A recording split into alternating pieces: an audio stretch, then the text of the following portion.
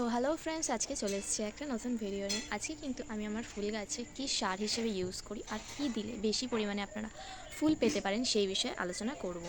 তো আমি সকাল সকাল ঘুম থেকে উঠে পড়েছি, খুবই ঠান্ডা, বাট হালকা হালকা রোদ উঠেছে, সেই রোদে কোনো গায়ে লাগছে না। তো বেশি কথা না বাড়িয়ে চলুন আমরা ভিডিওটা স্টার্ট করি। আমি কুকিং ভিডিও আপলোড করতে করতে এমন হয়ে গেছে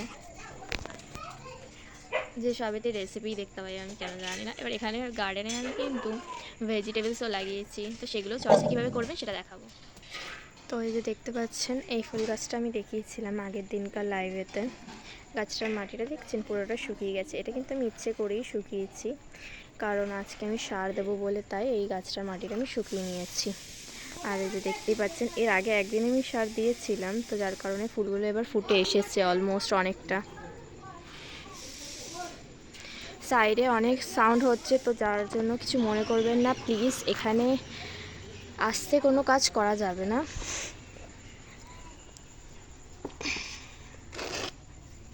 আর এই দেখুন, এই গাছটায় কতটা বেশি পরিমাণে ফুল দিয়েছে, ওই সারটা দেওয়ার ফলেই এতটা গ্রো করেছে ফুল গাছটা। তো আমি সেই ম্যাজিক্যাল ট্রিকটা আজকে সবার সাথে শেয়ার করব।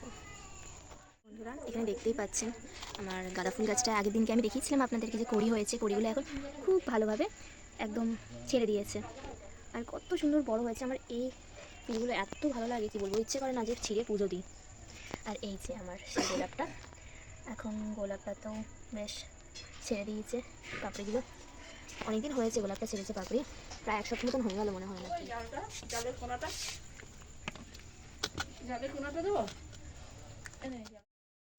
তো এখানে কিন্তু বন্ধুরা দেখতেই পাচ্ছেন, তো বন্ধুরা এখানে দেখতেই পাচ্ছেন এখন এক মগ মতন আমি যে কলার ছোবলা ভেজানো জলটা ছিল সেটা নিয়ে নিয়েছি। এখন এই এক মগ জলে কিন্তু আমরা আরও 5 মগ কলের জল নর্মাল মিশিয়ে নেব।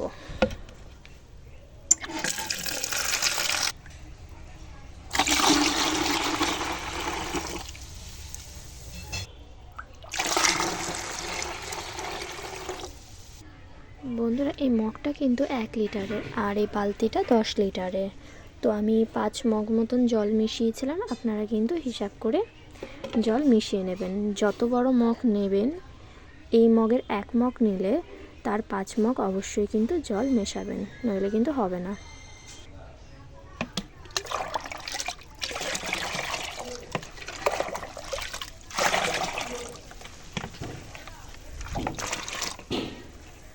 এখন এই মগের জলগুলো কিন্তু আমরা অল্প অল্প করে সব গাছের গোড়াতে দিয়ে দেবো। এই যে প্রথমে দেখিয়েছিলাম সেদিন আমি লাইভে এই অ্যাস্টার ফুল গাছগুলো দেখতে পাচ্ছেন, সেদিন কিন্তু এই গাছের কোনো কুড়ি বের হয়নি, কিন্তু তার 2-3 দিনের মধ্যেই কুড়িগুলো চলে এসেছে। কারণ তার কিছুদিন আগে আমি সারটা প্রয়োগ করেছিলাম। এতে সারটা প্রয়োগ করাতে অনেক কিন্তু লাভ পাওয়া যাচ্ছে। আপনারাও কিন্তু 1 সপ্তাহ অন্তর অন্তর এই সারটা দিতে পারেন।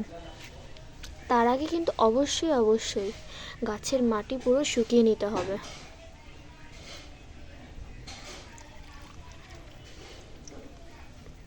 দেখতে পাচ্ছেন অ্যাস্টার গাছের কত ছোট্ট একটা চারা বের হয়েছে। এই সারটা প্রয়োগ করে আমি খুবই লাভ পেয়েছি। আপনারাও কিন্তু এই সারটা প্রয়োগ করতে পারেন।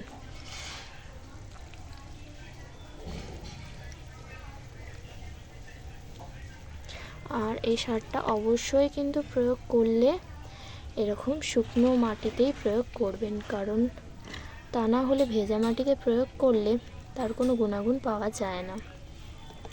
মাটি অবশ্যই শুকিয়ে নিতে হবে, আর ভালো ড্রেনেজ সিস্টেম তো থাকতেই হবে। এই যে আমার সুন্দর চন্দ্রমল্লিকা, এখন এতেও আমি জল দিয়ে দিলাম।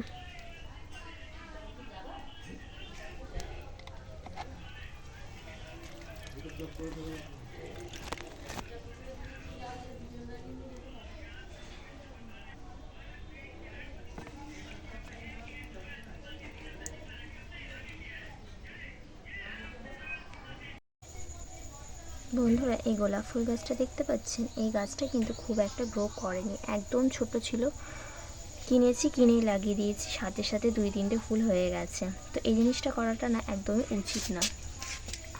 যখন গাছ এরকম কিনবেন না, তখনই সাথে সাথে সেটার কখনো ফুল নেবেন না, সেটাকে ফার্স্টে গ্রো করতে দেবেন খুব ভালোভাবে। তো আমি যেই ভুলটা করে ফেলেছি সেটা হলো গিয়ে তার আগে 2-3টে ফুল নিয়েছি। তো এখন এই ফুলটা হওয়ার পর এই গাছে কিন্তু আর আমি ফুল আসতে দেবো না। এই গাছটা এখন আমি গ্রো করবো খুব ভালো মতন, যাতে আরও অনেক কটা ব্রাঞ্চেস হতে পারে। তো তার জন্যই ফুলটা আমি আর কিছুদিন গেলে তো এমনি শুকিয়ে যাবে, কেটে ফেলবো। তো আপনারাও কিন্তু এরকম ভুল করবেন না আমার মতন। গাছ কিনলে ফার্স্ট গাছটাকে ভালো মতন গ্রো হতে দেবেন, নইলে পারে কিন্তু গাছ শুকিয়ে যাবে। তো এখানে দেখতেই পাচ্ছেন বন্ধুরা আমার কুমড়ো গাছ। তো এই গাছের গোড়ায় এখন আমি জলটা দিয়ে দেবো। কুমড়ো গাছটা কিন্তু বেশ ভালো গ্রো করেছে। মানে টমেটো গাছও আছে, লঙ্কা গাছ বলেইছিলাম, আমরা অনেক বেশি পরিমাণে লঙ্কা গাছ আছে। কসমস।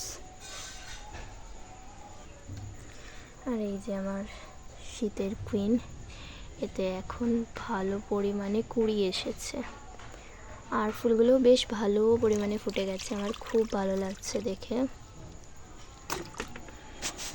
দেখতেই পাচ্ছেন কতটা জায়গা জুড়ে হয়েছে, আর কতটা কিউট লাগছে ফুলগুলো। ও মাইক।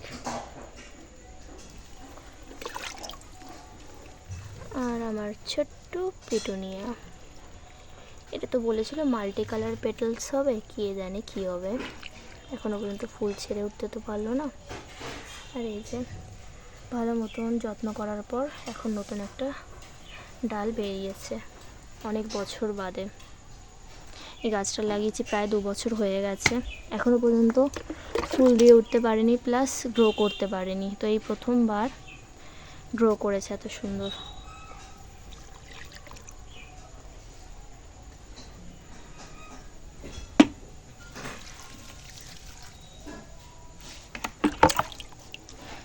এই যে আমার মিনি মিনি শসা গাছ, এতেও আমি জল দিয়ে নিই কিছুটা।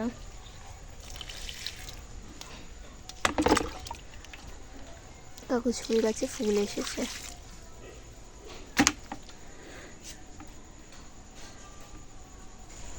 তো ফ্রেন্ডস, দেখতেই পেলেন আমি আমার গাছের পরিচর্যা করার জন্য কী সার ইউজ করি।